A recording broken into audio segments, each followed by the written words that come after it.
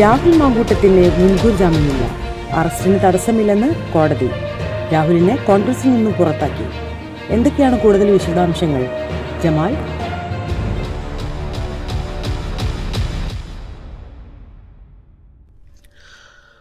രാഹുൽ മാങ്കൂട്ടത്തിന് ജാമ്യം അനുവദിച്ചിട്ടില്ല.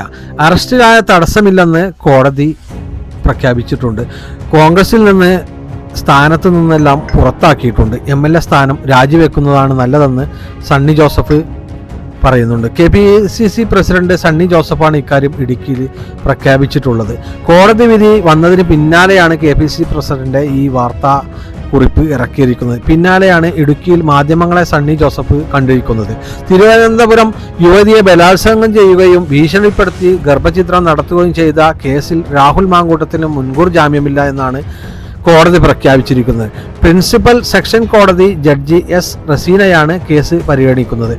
രാഹുലിനെതിരെ പ്രോസിക്യൂഷൻ പുതുതായി സമർപ്പിച്ച തെളിവുകളും കോടതി ഇന്ന് പരിശോധിച്ചിരുന്നു. രാഹുലിനെതിരെ പുതുതായി രജിസ്റ്റർ ചെയ്ത ബലാത്സംഗ കേസിൽ FIRഉം പ്രോസിക്യൂഷൻ കോടതിയിൽ ഹാജരാക്കുകയായിരുന്നു. രാഹുൽ സ്ഥിരമായി ഇത്തരം കുറ്റകൃത്യം ചെയ്യുന്ന ആളാണെന്നും ജാമ്യം നൽകുന്നത് കേസിന്റെ തുടർ നടപടികളെ ബാധിക്കുമെന്നാണ് പ്രോസിക്യൂഷൻ വാദിച്ചിട്ടുള്ളത്. നന്ദി ജമാൽ. 71 news bureau.